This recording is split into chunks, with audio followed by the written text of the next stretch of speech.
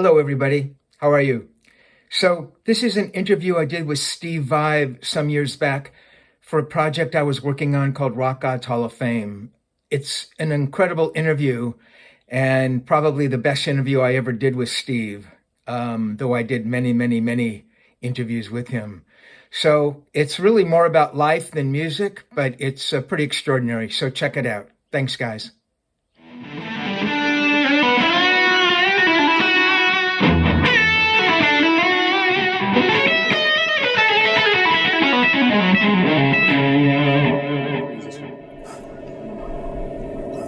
All right. Rock Gods is here with Steve Vai in his little home studio. Steve, in our last conversation... Steve Vai is here with Steve Rosen. You are way too kind. Though we do go back a ways. Yeah, we do. Back to Alcatrazz and... That's about as back as you can go. Well, there's Frank. There's Frank. Didn't know each other then. Yeah, very cool. In our most recent conversation, we were talking about the story of light. You would say to me, which I thought was an incredibly interesting quote, a lot of times we put these roadblocks up and they consist of things like, oh, well, I don't know what people are going to think of this, or I can't do this, or isn't this going to be accepted? When you kind of let go of that stuff, I think it's where you really become a true artist, where you let go of what those preconceptions are, and that must be an incredibly difficult place to get to. Well, I think it's a different process for different people. Some people, those kind of insecurities are not even on their radar. You know, they're overwhelmed with confidence. And some people feel like it's something they need to overcome, you know, and perhaps it is. But some people retain those insecurities. But you're talking about people that actually do go on to create art or music or great things. Their creative impulse and their vision for some kind of a unique ideal or project, it just is overwhelming. It trumps the insecurities, you know, and that's when you see artists that just have no choice, and sometimes they're very torn. You know, great artists suffer sometimes, you know, because when you have the desire to create, it's an impulse that we all have, you know, and it's beautiful. Some people believe it's the reason we're here, you know, to create. But then, you know, the ego needs gratification. You know, it needs to feel like everybody wants their work to feel like it's appreciated, like it's accepted, like it has a place. And a lot of times there's a lot of conflict in there, especially when you put your work out into the world and it's criticized. You know, it can be very difficult for some artists, because when you put your work out there, it's not really a statement of... For an artist, it's not necessarily just something that they do. It's who they are. They believe this is who I am, and in some respects, on one level, it is, you know. But when it's criticized, that's why they can take it so personally and become so neurotic. Yet you had, you had success pretty early on, though. Yeah. At least you were being recognized as this person who was bringing something different to the electric guitar. You were playing with Frank at a pretty young age. You know, you did the Alcatrazz thing at a pretty young age. You know, those first solo records garnered a lot of attention. Yeah. Was there still insecurities that you felt you needed to kind of break through? Well, absolutely. You know, there was, to say that I was egoless, no. I was very sensitive, and to a degree still am, you know. But it was different because at the time back then, you know, where I came from, was this young kid growing up. I had a great, in some levels, a really great childhood, but in some terrifying and, you know, very, very challenging. And, you know, when I retreated into playing the guitar, it was sort of an escape, you know, because it was it was the feeling of accomplishment. You know, you can't do something, and then you work on it, and all of a sudden you can do it. And then all of a sudden you realize that you can think of things, and then you can create them. And that's like this feeling of freedom. It's liberation from a lot. So I didn't care what anybody thought at the time. You know, it was just, this is what it's my own little secret. So there was no seeking approval. Do you know what I mean? Matter of fact, I went out of my way to not let anybody know that I even played the guitar.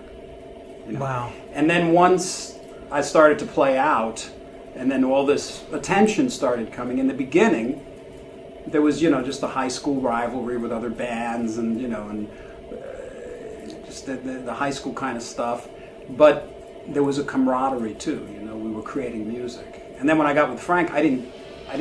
The idea of being recognized as one of Frank's guitar players or one of his musicians, it wasn't even on my radar. You know, like being able to walk around saying, "Yeah, I'm in Zappa's band." That didn't even occur to me because everything was focused on learning the music and playing it the best I can for Frank. You know, and sure, it was nice when you go on tour and, you know, there's people and they'll applaud or, you know, but it was all just like, that's all nonsense to me, you know. So I was able to sort of somehow retain an equilibrium, you know. But then once I got into Dave's band, it really exploded. And it was interesting because I was in the basement, you know, at Dave's house, rehearsing and then recording, and it was a little cocoon.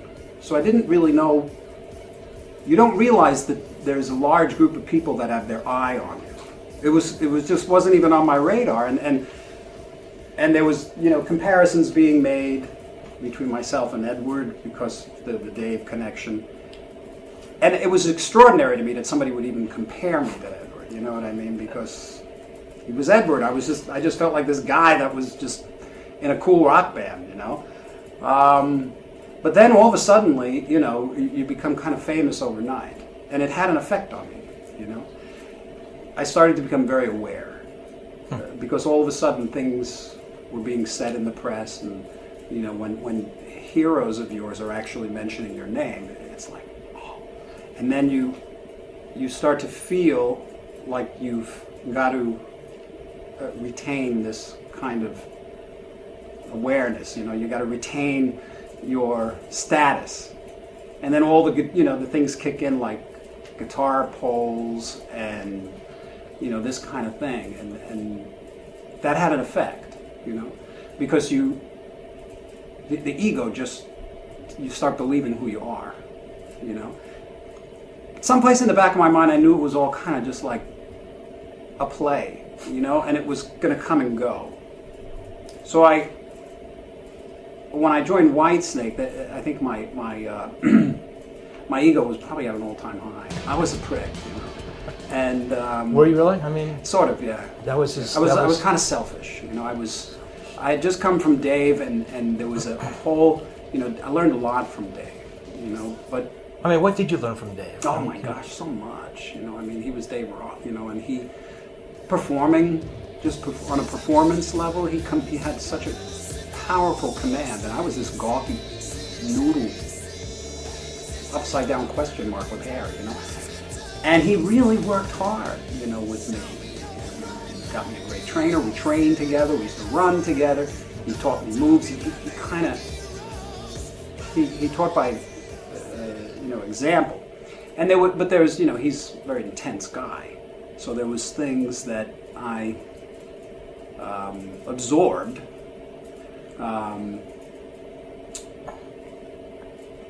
And there was a lot of other things I learned from him, you know. He has an incredible work ethic, you know. And, you know, all these things you take with you from one experience to another, to another, to another, you know. And when I had gotten into Whitesnake, it was a whole different vibe. It was a different kind of a band, a different feeling. And I was recognized, actually, as a successful musician. In Dave's band, I was you know, he never really let you go too far in believing your own hype, which was kind of good, you know. But when Whitesnake, there was nobody governing me, and I kind of went, you know. But then, you experience the consequence of all of your actions. It's inevitable. And through various in other parts of my life, I was seeking other things that had to do with finding yourself. And they had nothing to do with the music business, but they had everything to do with it. Mm. So it was a process, of changing. Yeah. Was there an epiphanous moment for you, Steve, where you thought, wow, I'm really good at this? I mean, was it a gradual process? Were you one of these guys who was always better than everybody else in high school? I mean, just what was little Stevie Vai like back then? I think little Stevie Vai was very insecure in a sense. I never felt like I was good enough. I always thought there's me and then there's everybody else, and they're great. I would see somebody that could hardly play, and if they got notes to come out, I go, oh my gosh, they just, they're great. Like I say, my playing was my own little secret, and it was weird. Like I loved listening to Hendrix and Page and Blackmore and Brian May and all the great guitar, Dimiola. I went through it all, and I would learn stuff, but I was comfortable playing their stuff, because I always thought, why? They do it so much better, and it's not really me, I just instinctively knew that I had the ability, like anybody else, to have a unique voice. Obviously, there's a lot of influences you can hear in playing, but my first big musical epiphany came, I think I was about 4 years old, and my aunt had this little, this organ, spinet organ in her house, and I would always just walk past it. I didn't know what it was. You weren't allowed to touch anything, and it had these black and white keys, and I just remember walking up and hitting a note when nobody was around, and I noticed that to the left the notes went lower in pitch, and to the right they went higher, and at that very moment I had a profound epiphany, really. I said, oh, that's music. That's what music is. And anything that I heard from that day on, I could see. I saw how it was stacked. I can see it's that instrument playing those notes, and that's what they're doing. And then the biggest epiphany came right after that, a moment after that, where I realized I can create music using these combination of notes on any instrument. And it's an infinite creative outlet. And all of a sudden when I just started hearing these things, I didn't realize it at the time that, I thought everybody hears music that way. I didn't realize till later that usually musicians, people that have an inclination or a natural musical ability, a natural musical awareness, hear things that way. And that was, I think, if I have any gift, it's that. Playing the guitar was, I'm not natural at that. I had to work really, really hard. And I always thought that even though I felt like I wasn't really great, but I sucked, I still loved it. It was my own little secret. And when I sat and practiced all day, it was like you get this sense of achievement, and it restores your dignity. Mm-hmm. And that becomes addictive. I mean, were you truly a huge Zappa fan? I mean, really you knew about his work and his playing, and I knew everything, all of his music at the time. What if you hadn't have been a Zappa fan? Would you have still gone and played with him? I probably would have taken the gig because it was a gig. Yeah. I may have been more prone to take it than knowing his music, because knowing it was intimidating in a sense. I always saw myself as being an independent musician making my own music. I don't mean to interrupt you, Steve. So from the beginning, you had that thought that I'm going to be a solo artist making records as opposed to I'm going to be part of a band making records? I always felt that I wasn't really sure, but I didn't care. Because I knew that I was going to be doing music the rest of my life. And there was no choice involved. I mean, there was people ask me, was there a point in your life where you decided I'm going to be a musician? And no, there wasn't, because if there was, that would have meant there was an option. And there really never was. And I never had these visions. Matter of fact, when I was young, I was scared to death of being famous. I had heard this rumor that, people who are famous are crazy, and you lose your mind. So I had this great fear, and really pulled back from that. But it was something I needed to learn. Being famous and dealing with, and I'm not. Can you imagine being Jimmy Page or Edward or any of these guys? That's a whole different level or league. I can have a normal life, But when the thing was happening with Frank and he asked me to join the band, I thought I'm not cut out for that, because I'm not. I don't know how can he think I'm good enough, and I really want to just make my own music in a sense. I love playing his music, but I always felt I would be perfectly happy as a music teacher in a high school, because my music teacher was a real hero. He changed my life, and Joe Satriani too had the same teacher, and he was had a profound influence. What was his name? I'm sorry, Steve. Bill Westcott.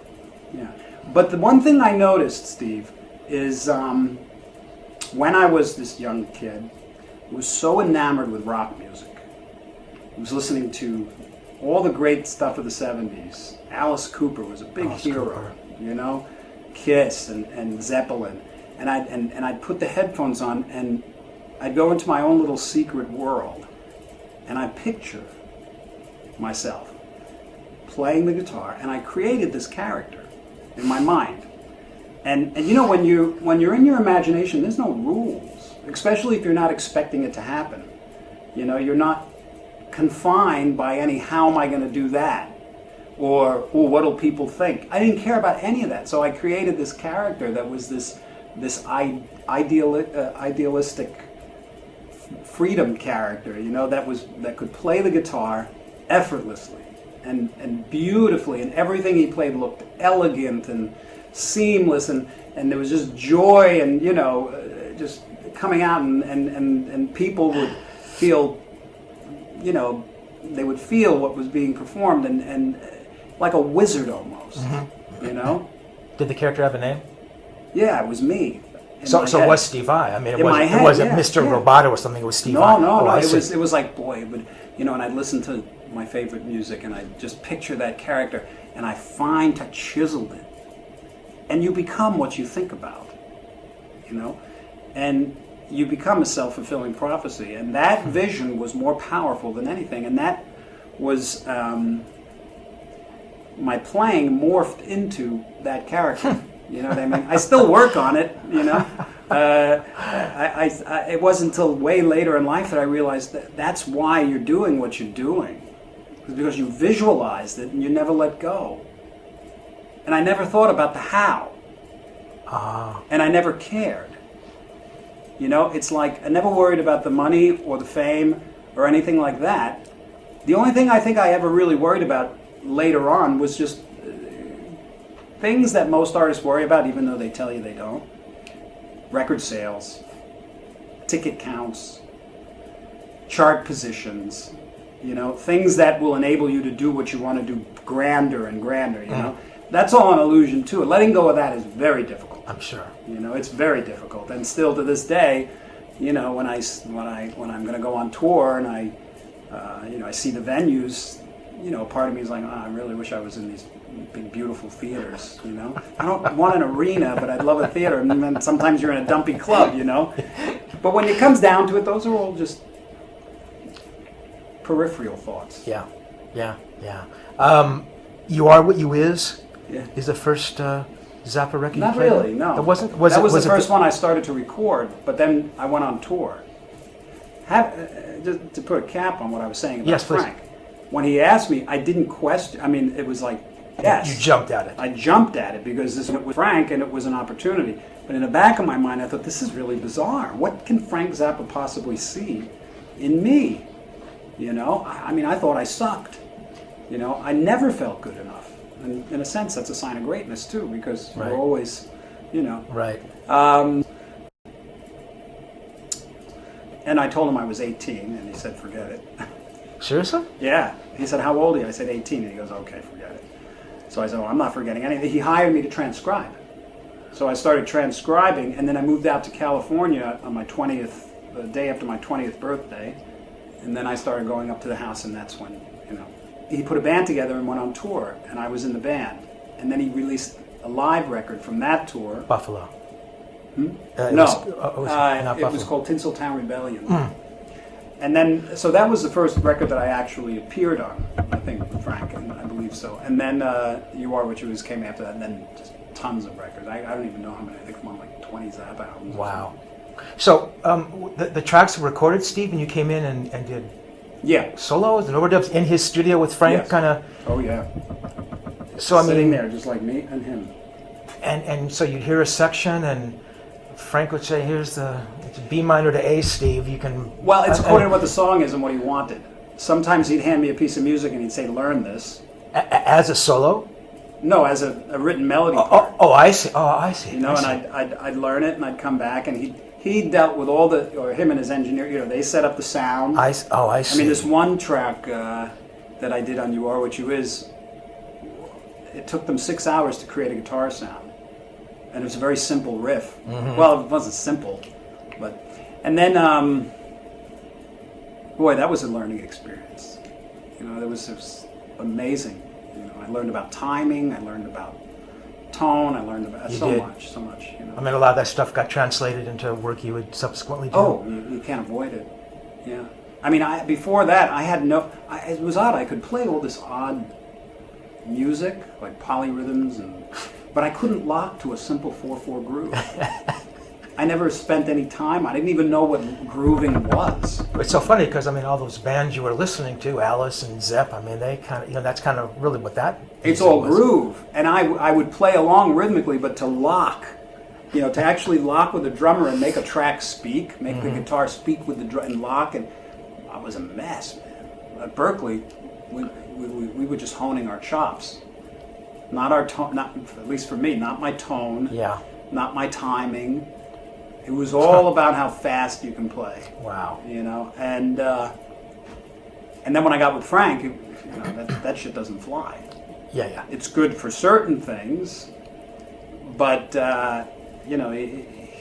through him I really understood that you need to put your attention on other things. And when I realized how bad my timing was, which I say it was odd because I could play all this absolutely insane complex music that should never have been played on the guitar.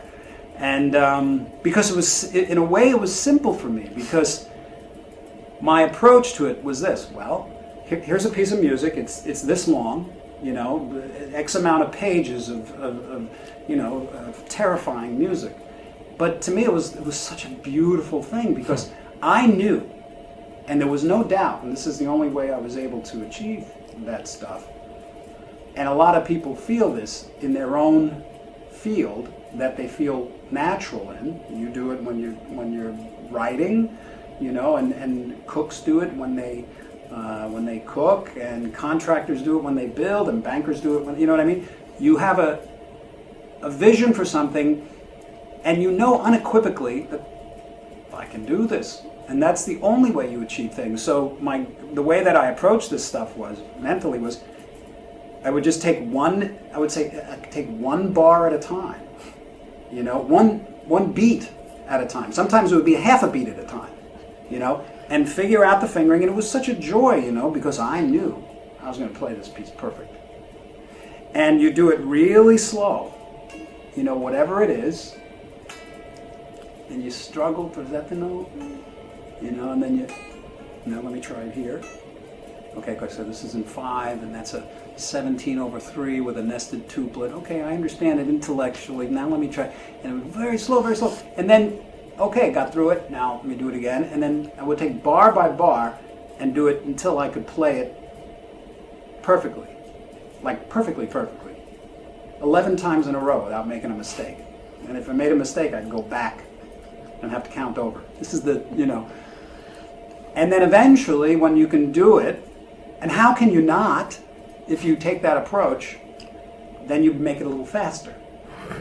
And then you make it a little faster. So it's an incremental building process of one little goal after another. And in my mind, anybody can do it. I still believe that to be true. And it doesn't necessarily have to be complex music. This is the approach to anything. You know, you have to first, it has to resonate with you, and you have to have the unequivocal belief that it's possible. You know what I mean?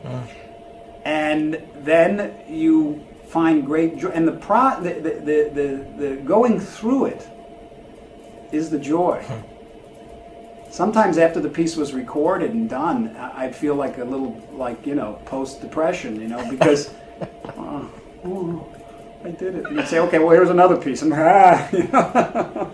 So, you know, that was my approach. Yeah. And that's how it had to be. You know, some of Frank's musicians didn't have to be so forensic about it because they just were like, you know, okay, I can sight read this shit, you know. Forensic, that's such a good word. Yeah. So, I mean, when you look back on that Steve Vai playing that Frank Zappa stuff, I mean, how would you sort of characterize that player back then? I mean, was there a chance for you to sort of, you know, bring something of yourself to that music since everything was pretty much kind of scripted for you?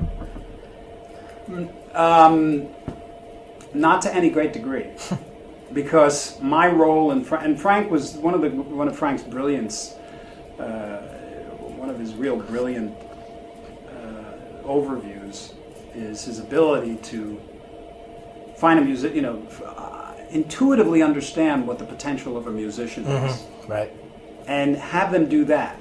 He never expected you to do something that was out of your comfort zone or not in your ilk.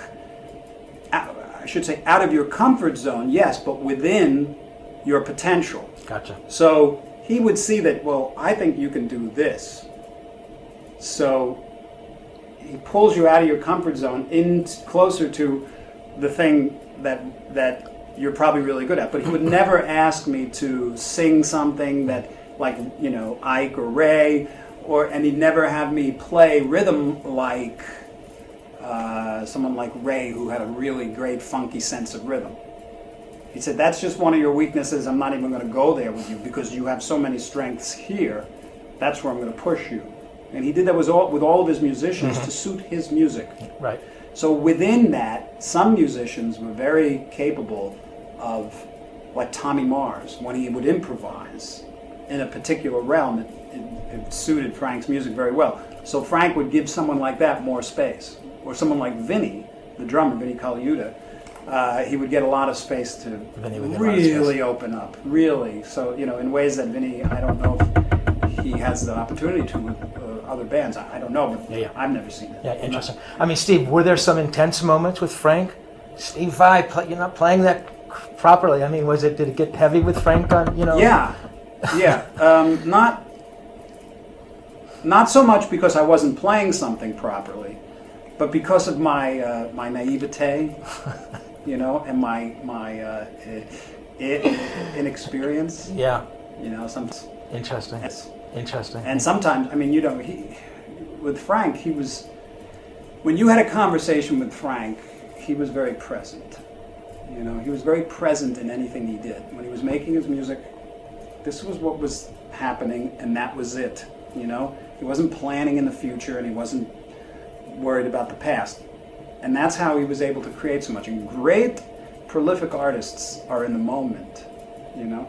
And Frank was very present. And even when you were having a conversation with Frank, he was so present that he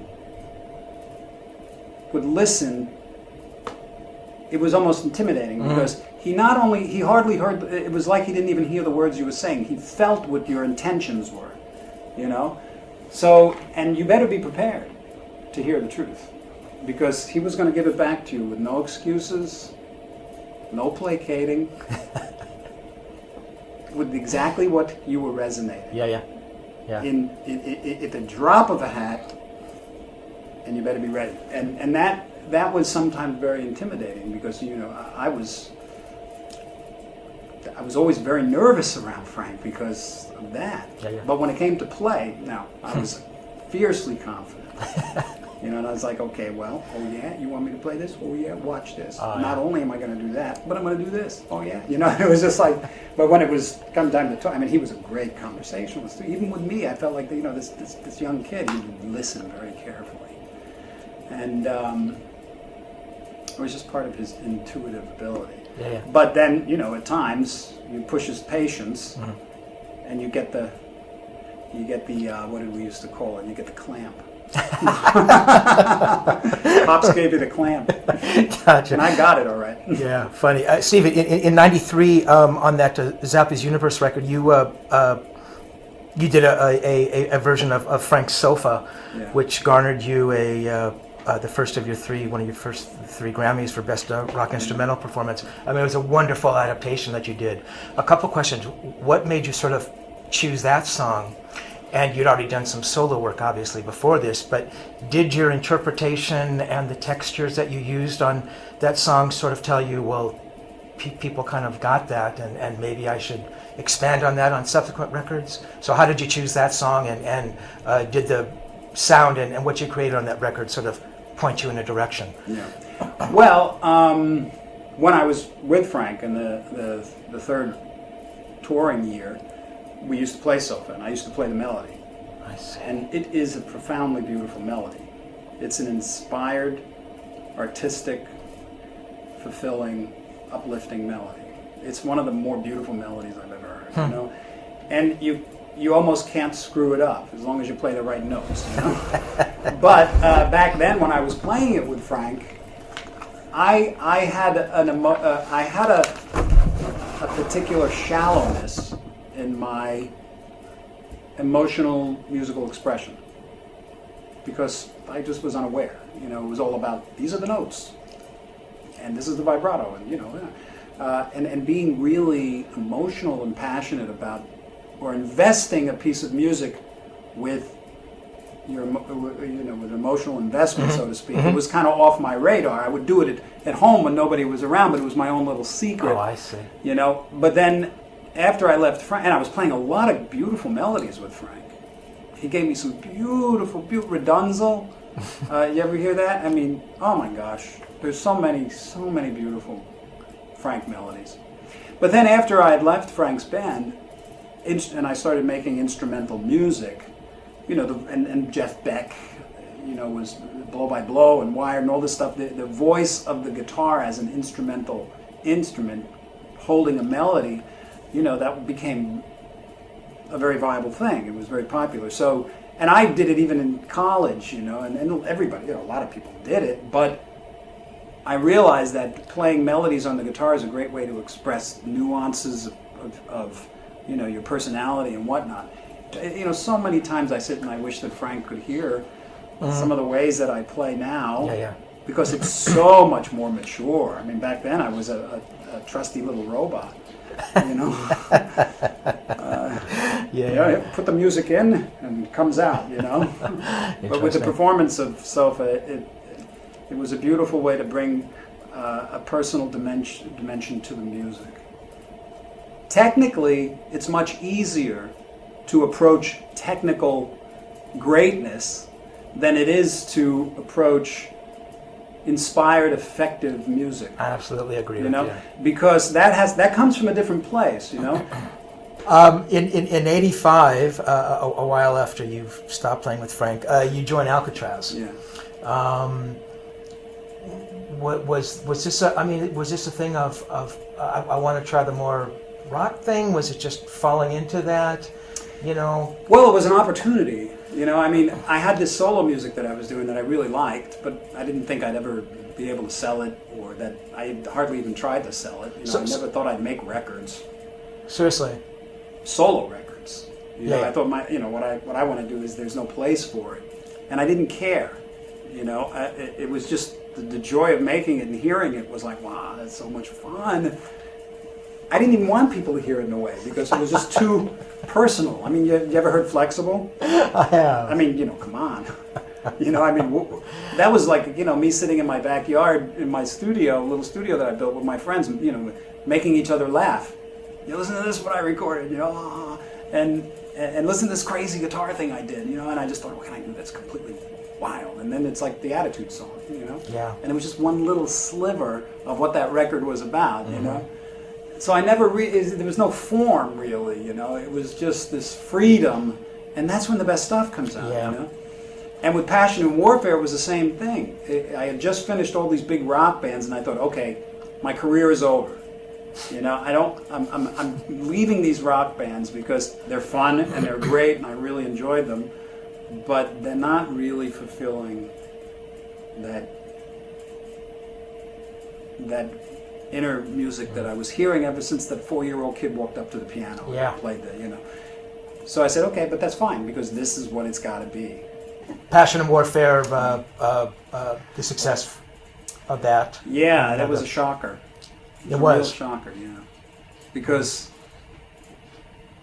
when I recorded, I just really felt, you know, this is what I want to do, and it doesn't sound like anything. There's no place for it, but it didn't matter, you know. And then when it came out, I remember it was really odd. I didn't realize the incredible momentum that was going on in my life and career at the time. I mean, having, you know, the mystique of being with Frank, the Alcatrazz thing, the Dave Ross thing, the Whitesnake thing, these were huge. You can't buy that press. You know what I mean? I mean, I didn't realize how many eyes were on me because I put it all away. And I went and I made Passion and Warfare. And I remember I was in Toronto when I was in this music, the day it came, a few days after it came out, and it was my birthday, I think. And I walked into the lobby of this building, and this guy comes up to me and says, "Hey, congratulations! I see that your record is, you know, it's number 18 in Billboard, and it went gold." And I thought that, you know, this guy obviously made a mistake. He's talking to the wrong guy. I don't want to embarrass him, so I said, "Oh, cool, thank you." Okay, he just is talking to the wrong guy. You got to make stop, because there's no way that record was going to do that, you know. And then I got in the elevator and I went up and I got on the air, and the first thing the guy says to me is, "How does it feel like to have a top 20 gold album?" Wow. I was like, "What are you talking about?" You know, and he goes, and he showed me, and I was just stunned. But it was nice.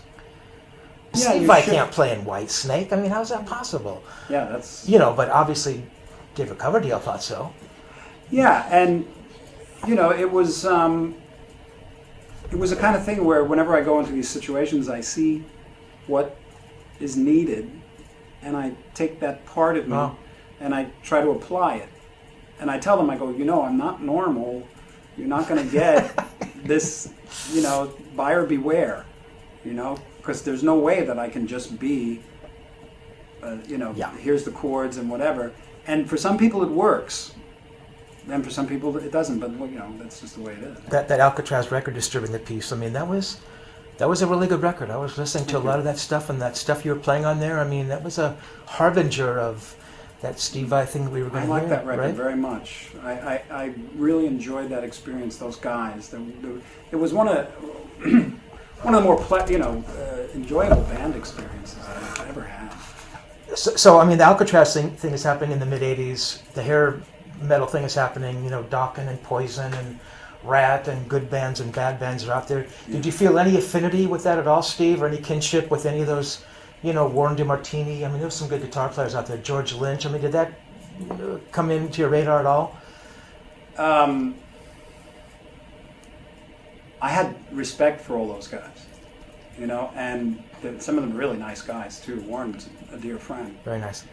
And I'm sure that when they think about what their contribution was at the time, I'm not sure, but I would suspect, they felt like their contribution to what they were doing was unique, you know? So I felt the same way.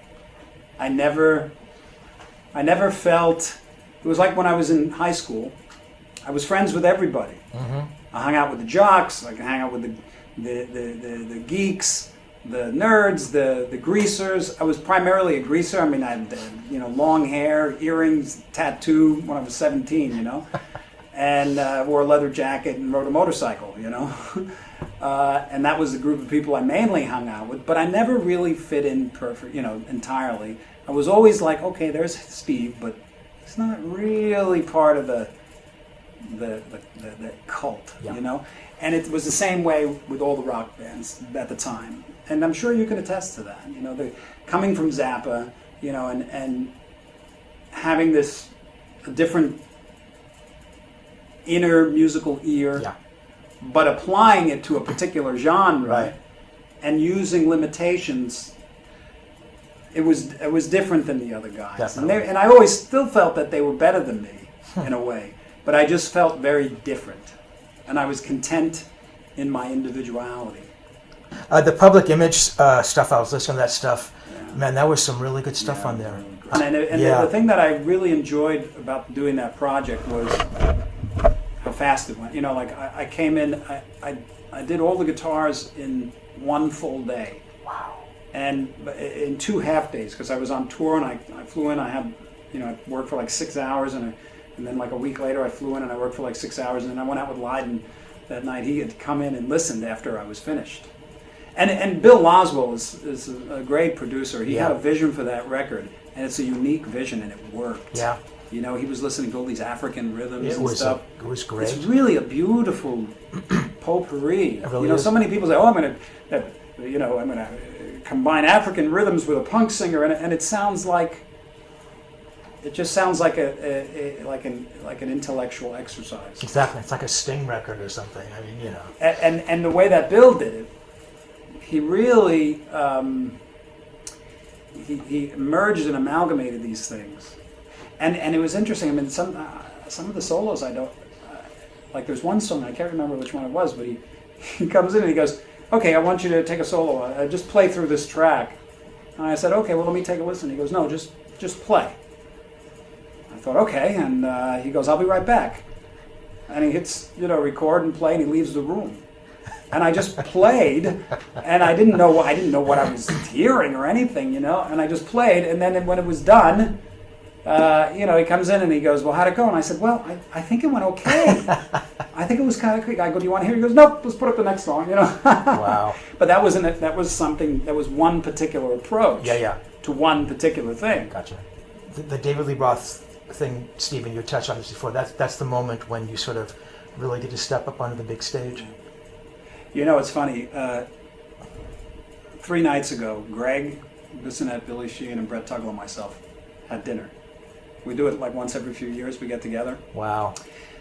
We talk about that period. It was just phenomenal. I mean, it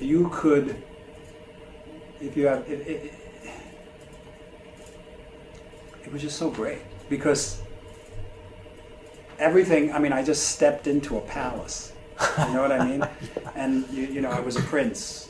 Here's the hat, here's the shoes, here's the pants. You wear these clothes, and you do this, and you are a prince. And it was like being a rock star overnight. I just.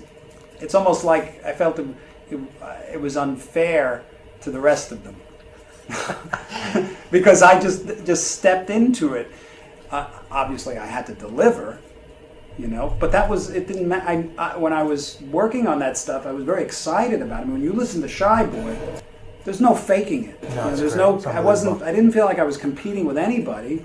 It was just this great situation to be in, where you just have everything there laid out for you. Yeah. And then going on tour was crazy. It was like being a rock star. I mean, Edward had to build into it. Right, exactly. Had you been a different type of person, could that all of that hoopla have maybe made you go crazy? Or well, I was a different kind of person, and part of it did get under my skin. It's almost impossible for it not to, because any kind of drug or sex or anything is at your disposal if you want to, if you engage in that stuff, and it's all has a powerful allure. Very. And you can get lost in it. But as I've said in the past, I was more or less like a very colorful fly on the wall. I knew that it was fleeting. I knew that I didn't want to make it my identity. I knew drugs were bad because they were so good.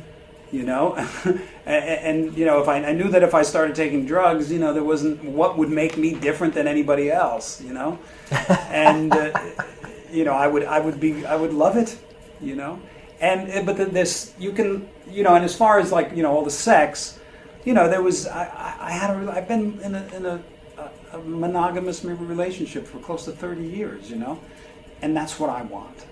You know, I mean, back in the early days, there was blowjobs grew on trees, you know, and it was impossible not to touring with Dave. No, you can't even. I mean, I can't even tell you what it was like. You know, I mean, the first day on the tour, what I saw was just extraordinary. You know, I've never heard anything like this. Oh, hey, you see a picture of an actor in a movie acting like a rock star, falling all over him with women. No, man, they don't have any fucking clue. You know, and so a couple of years of that. But you can even distance yourself from that to a degree, and I mean it was very amusing, you know, and I maybe I was like the honeybee on the edge of the cup, maybe sipping the honey a little bit now and then, but I never fell in. But the thing that's really hard to escape is the ego that comes in the back door.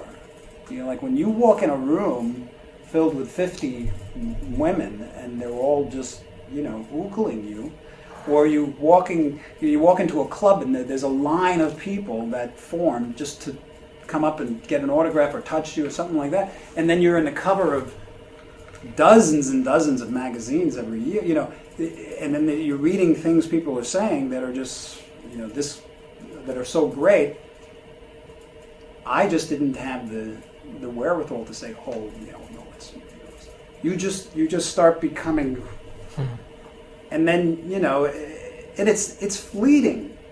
And when it starts to, anything that then takes away from that, like a comparison to somebody else, you immediately jump to attention. The ego just goes, what do you, and like anything that anybody says, and there was a period there in the 90s where I was the poster boy for everything that was wrong about the guitar, and... I mean, you seriously were? They were yeah. taking shots at you? Come on, Steve. I mean, I was considered everything that was wrong. I mean, there wasn't a magazine that I couldn't open where somebody was saying something horrid, Why do you think that happened? We'd like to topple our heroes? I mean... No, I think there was a combination of things. One was what I was doing at the time was very... I was like the rock star thing, and a lot of the way I was playing was very over the top, technical, way over the top. In order to play like that, you have to dedicate your life to practicing. I got it. And a lot of people, the reactions came from various areas. One of them was, I don't have the patience or the discipline to sit and practice like that, so that's wrong. Do you know what I mean? I do. And that's some. But really, people feel who you are. And I became very arrogant. I started to think, I'm who I am, And I was arrogant in a sense, very quietly arrogant. My confidence was so intense at one point that I didn't even think of competition because I just felt, they're not even on my radar. You know what I mean? It's great. Frank Zane is a world-class bodybuilder. He's a friend of mine. And, he's like, he's this amazing guy. And he used to tell me when he beat Arnold Schwarzenegger, the only one that ever beat. And he would tell me, and I resonated with this, he would walk into a competition and he didn't even look at anybody else because he knew he was greater than them. Wow. That's how fierce his confidence was. And I started to feel that. And if you can get a handle on something like that and understand that you're different and that's beautiful and everybody else's contribution is just as valid, So going into the Whitesnake thing, what were your feelings? I liked Whitesnake, and David Coverdale was a god. He could really sing. Really could. Yeah, really great. And I didn't write any of the music. It was just it was already recorded. I see. That's right. Yeah, and I just put the guitars on it, and I really enjoyed that. David was great. He was really wonderful to work. Everybody in the band. And when I look back now, you can always nitpick at stuff. You can always say, "Well, this guy was a little this, and this guy was that." but when you think about those things, then that becomes your reality. Yeah. And then what do you have? You have those as memories, and that's not what I want. When I think back of the Whitesnake days, I think about how great it was to, Rudy Sarzo. Yeah. You know Rudy. Of course. He's just a great guy. He's great. And Adrian and I created a very nice camaraderie, and David was great. But I was at the time, that was the height of my arrogance. I think. So it escalated from Dave to second Dave. Because like I said, after Dave won, all the governors were off. It was like when I started with Dave and I was with Billy and Greg, and we all started from almost nothing. Right. And we grew together. But then it wasn't difficult for me to slip into being very egomaniacal. Maybe not egomaniacal, but just sensing superiority. Yeah. We're here with the main alien himself. The aliens are landing, and they find the Steve Vai time capsule, and there's 3 songs in there. What 3 songs would they find? So if I had a choice Yes. to put 3 songs in a capsule, well, my immediate thought is that it doesn't matter because it's all going to be dust anyway. and that those aliens should come here right now and listen to everything. But if you're saying what 3 quintessential songs maybe express who you are, it's hard. I know. I think the Attitude song, as far as being a guitar player, because it's so quirky and over the top, and was really, I think, in the realms of my capabilities, that was one of my more innovative attempts. Wow. So in some respects, you were pushed, or you pushed yourself further on the Attitude song than maybe subsequent songs and records where you were even a better player. I mean, at that moment in time, it was really... Well, it was just like this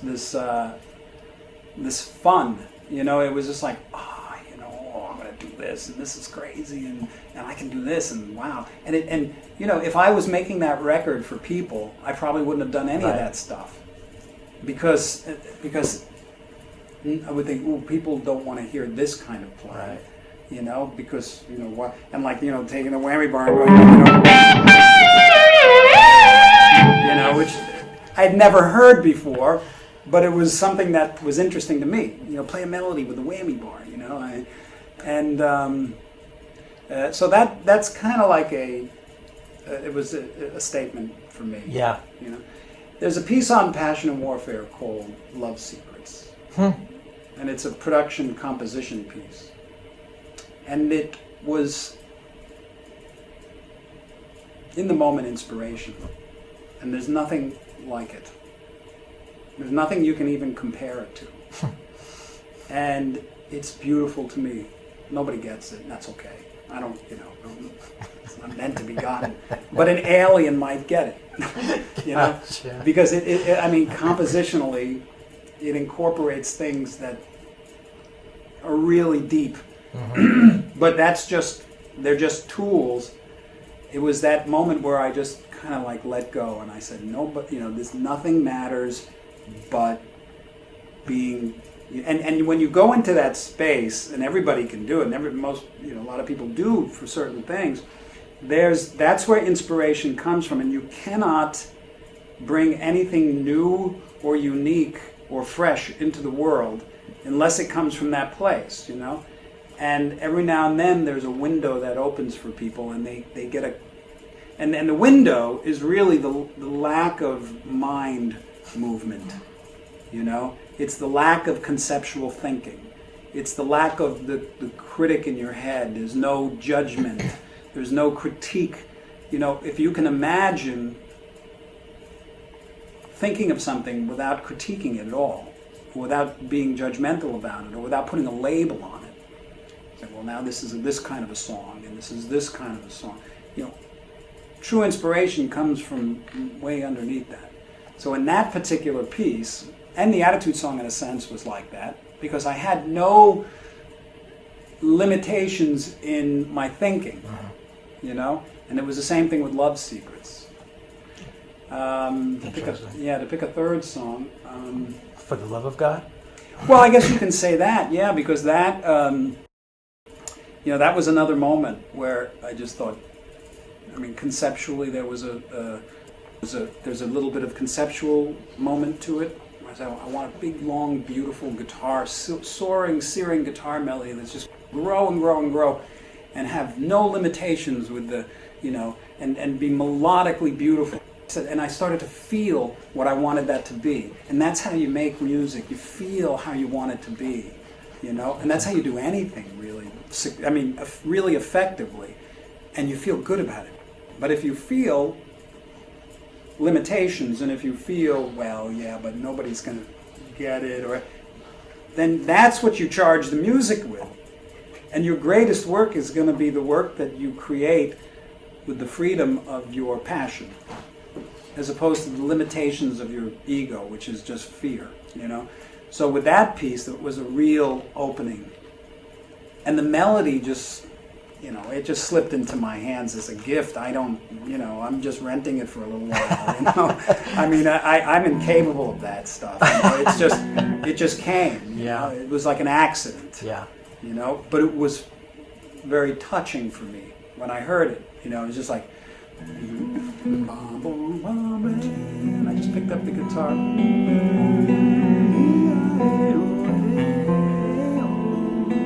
And it just came, And then you search for it a little bit. No. And you got it in your head, but there it is, and it's right because you're resonating in that place. But the moment you think, I'm going to go get something to eat, or, oh man, nobody's going to like this melody. It's not like this. It's not, is this radio friendly? Well, you're gone. You're a goner, So that piece was one of the ones that flowed from a very inspirational place. So maybe the aliens would get a kick out of it. Yeah.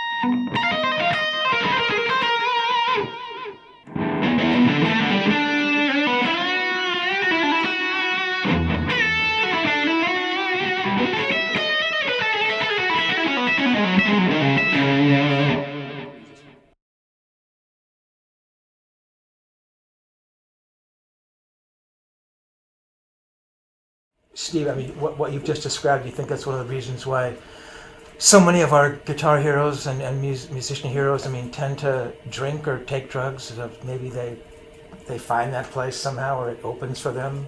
I'm not an expert at that stuff, but my take on it is basically, we all have that in us. Do you know what I mean? Mm-hmm. But and some people have direct access to it. It's the definition of genius, in a sense, is the ability to have a clear connection with your inspiration. And everybody has it. And sometimes it shows in very simple little things that we do that are just very natural to us, that you think, how could this be hard for anybody? It's just very simple. You just see it and it's very clear. And there's no little voice saying, oh, you can't do this or you can't do that, and this isn't going to be accepted, and oh, you're going to be criticized for this, or you're not going to be able to sell this, or it doesn't smell right.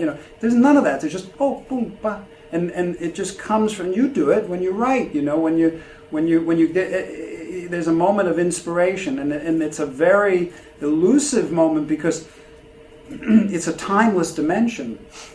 You're not thinking of time. You're not thinking of anything but that inspiration.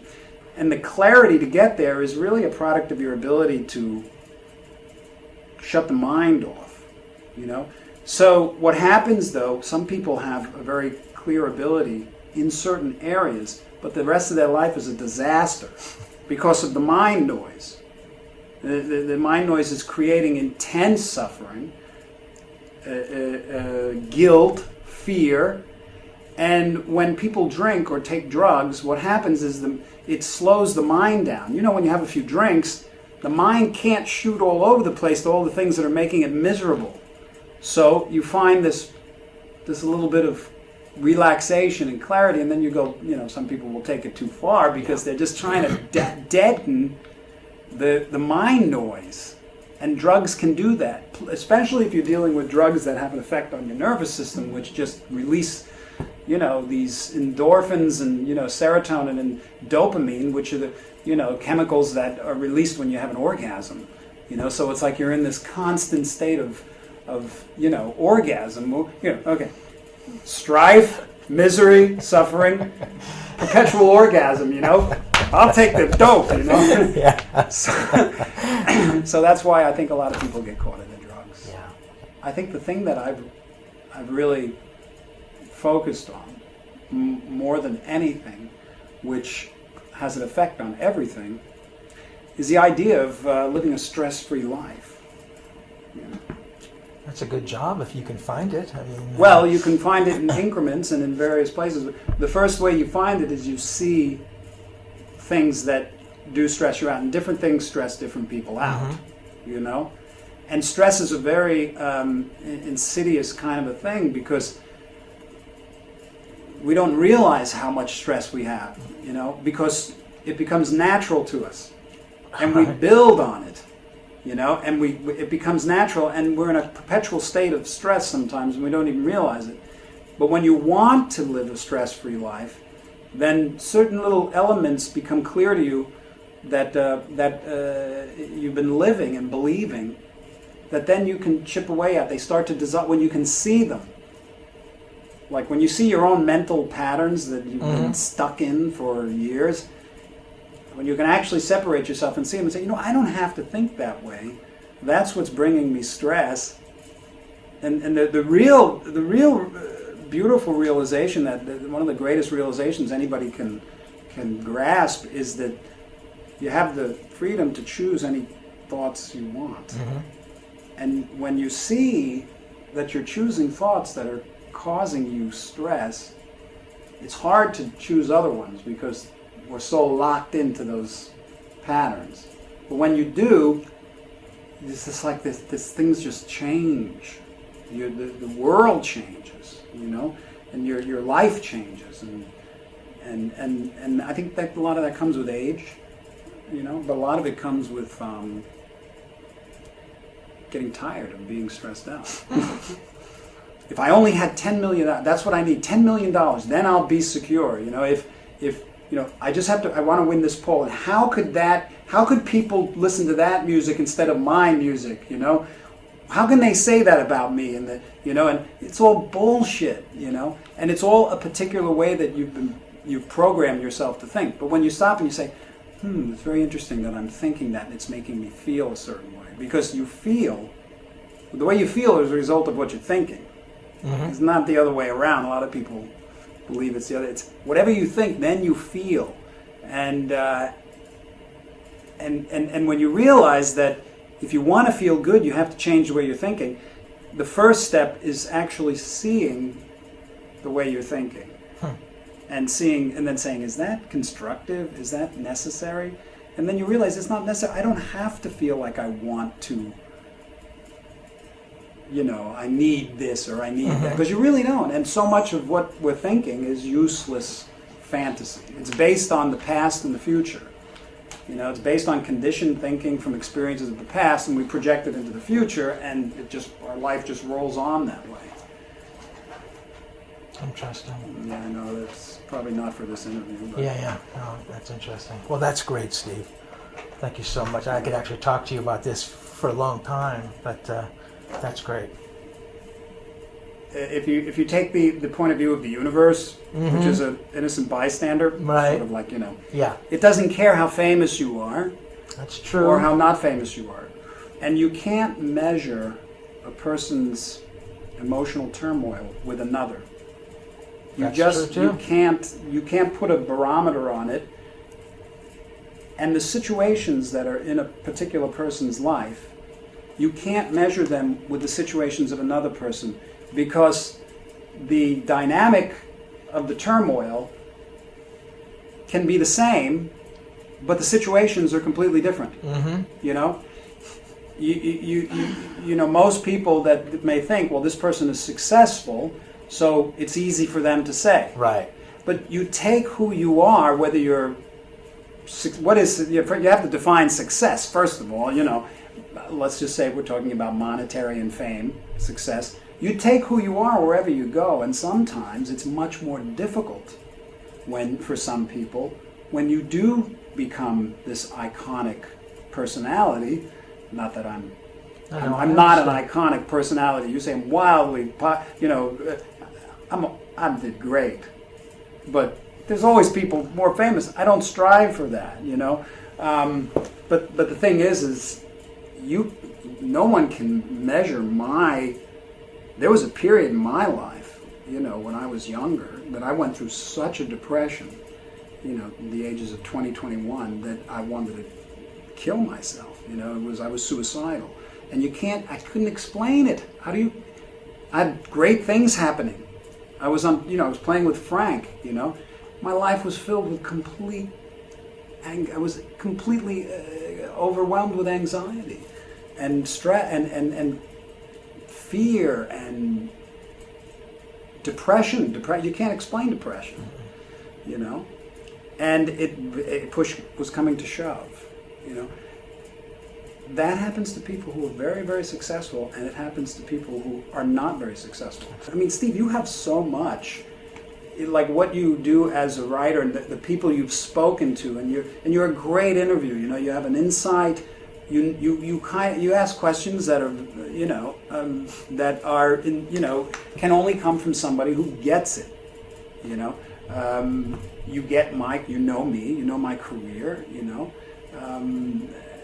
99% of the interviews I do, they get the one sheet, you know, and they ask me those questions, and then it's a chore to even go to Wikipedia to find out who I am.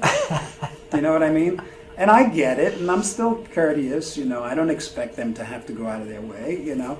And for me, I just want people to know I got a record out or whatever. But every now and then, you know, you come across an inspired writer that they see your potential, they know if you hit the mark or not. You know, there's a part of them that's uncritical, but there's a part that's critical in a constructive way. And you get hacks. You know, it's everything. And you've got a lot, you know, of that kind of insight. And maybe you found ways to express that unique side, and you just haven't really identified with it because you're thinking that you're never good enough. Mm-hmm. I was that way, you know. But there's so much... what do you want? You know, how do you want to feel? That's a good question. And the trick about, I hope I'm not sounding preachy. No, not at all. You know, it's rare that I get an opportunity. You know, I mean, I talk all the time in the press, but it's all, you know. You're probably not even going to use any of this, but it's just me and you know. That's just great, man. Yeah, and the thing is you know, thinking negatively is very insidious. We don't realize, you know, how we think about what we don't want, but we never think about what we want, you know. And if you can think about what you want, like that, you know, like when I was a little kid, and when I was seeing that character, there was that's what I really wanted, and I was excited about it. But if I was thinking that's what I really want, but there's no way that can happen, and I started feeling depressed about it, and that's what's going to be my life. Yeah. Anybody can make a profound shift at any moment in their way of thinking. And it can happen from external things that might happen in your life. You know what I mean? Where, you know, shit can happen like that changes your whole perspective. Most of the time it comes from suffering. You know? That's the factor. And sometimes it comes from being inspired by something else, you know. But it can happen like this, or it can happen like this, you know, very, very slow. That's really interesting, yeah. Steve. I mean, because we're just talking, you want to know what my feelings are every time I do an interview? Why aren't I the one being interviewed?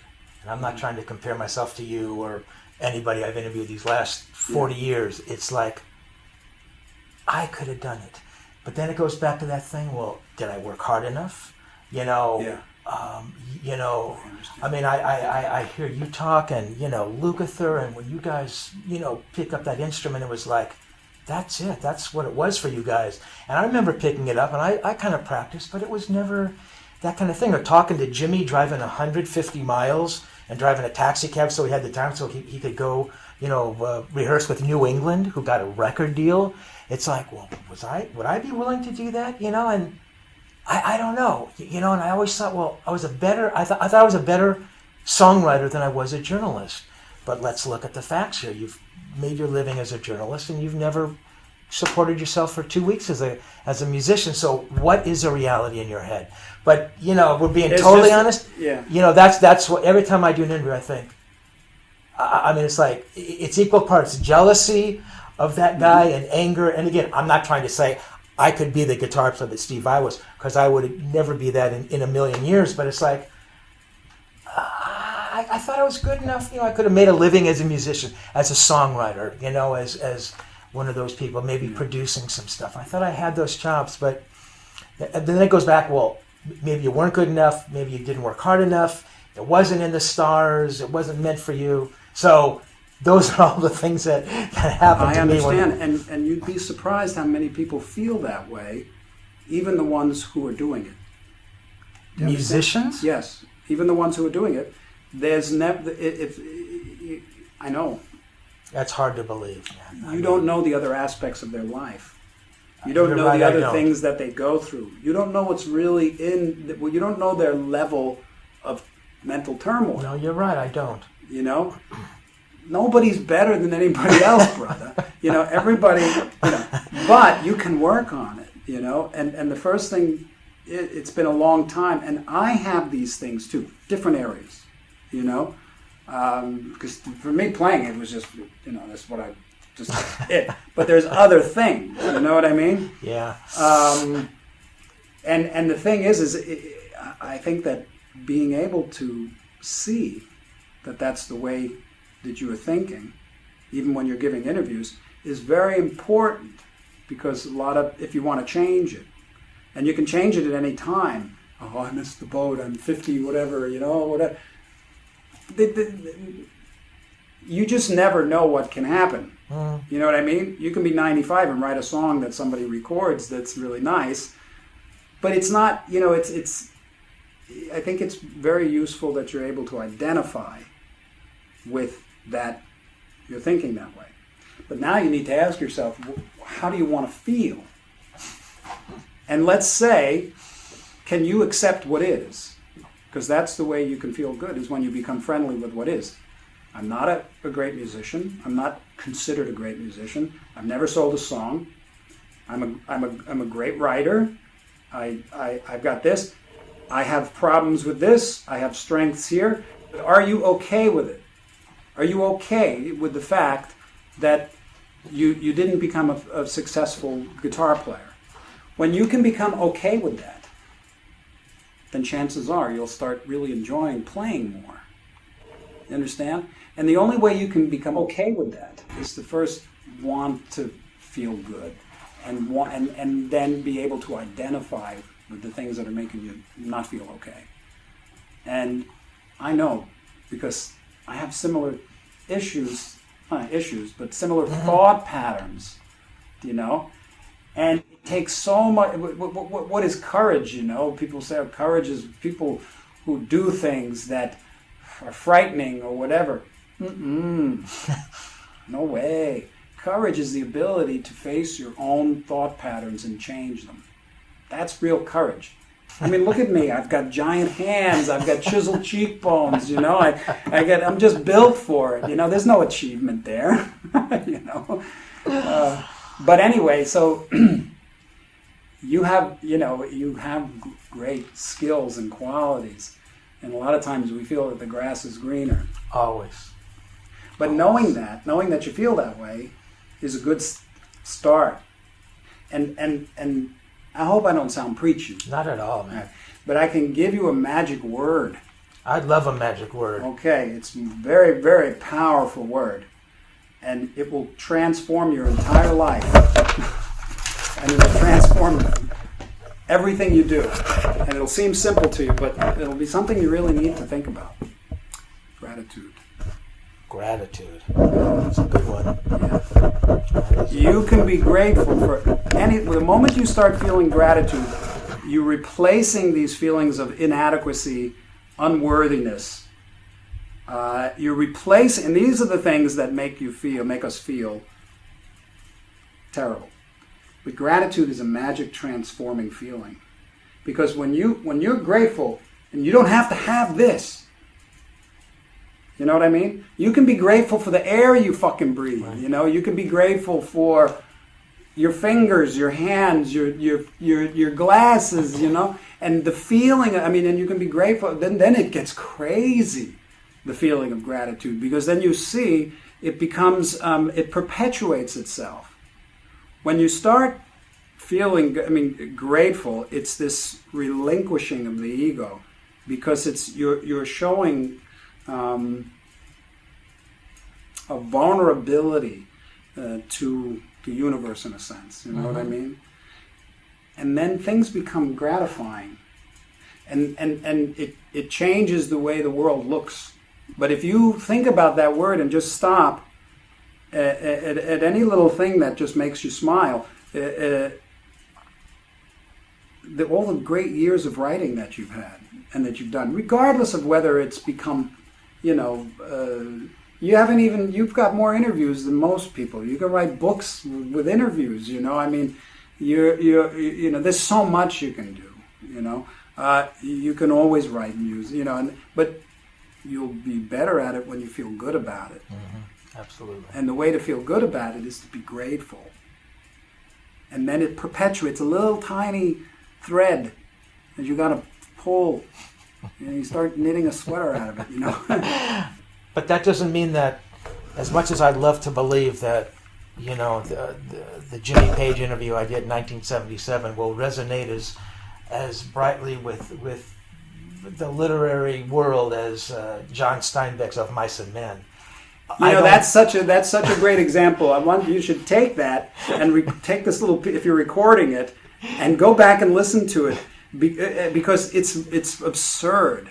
Because do you think that I read Of Mice and Men when I was a kid? It meant nothing to me.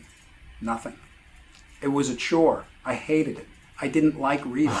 It might have been the only book I read because I had to. I'm serious. I believe you. I didn't get the story. And it's maybe the greatest 100 pages of literature that's ever been written.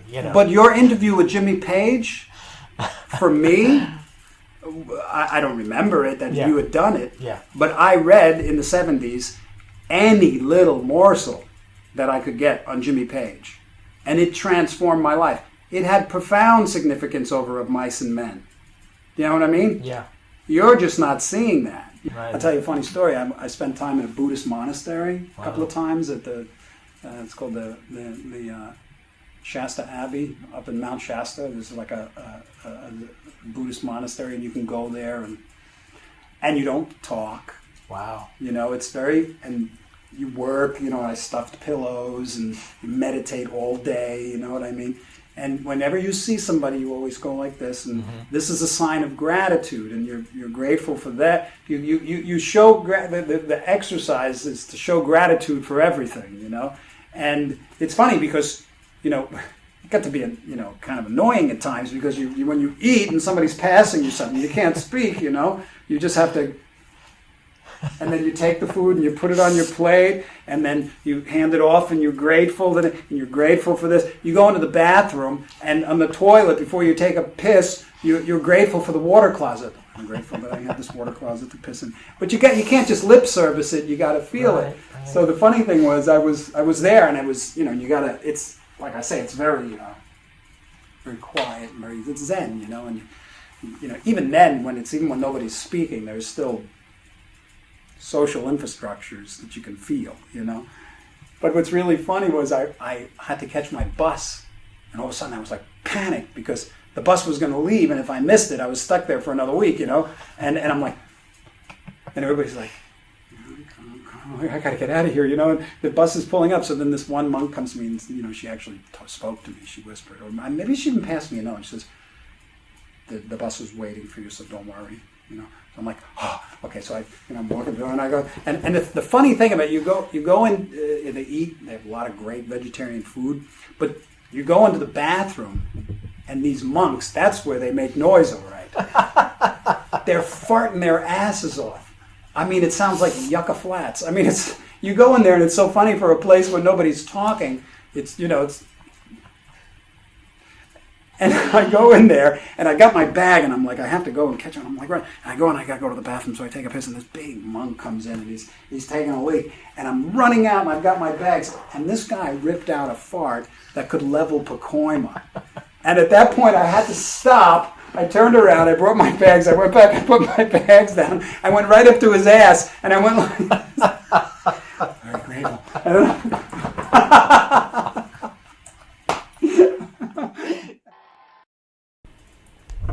Are you recording on cassette? Yeah. That's beautiful. Thanks, man. Are you doing both? Yeah. Oh, great. Old school. You even got that old, I had a few of those little Sony, they're great. For a Walkman. Yeah. There's 3,000 hours on there, and I've never had it cleaned or serviced. Wow. I'm afraid, Oh, wow. You're going to have fun editing this. Yeah. And then the time that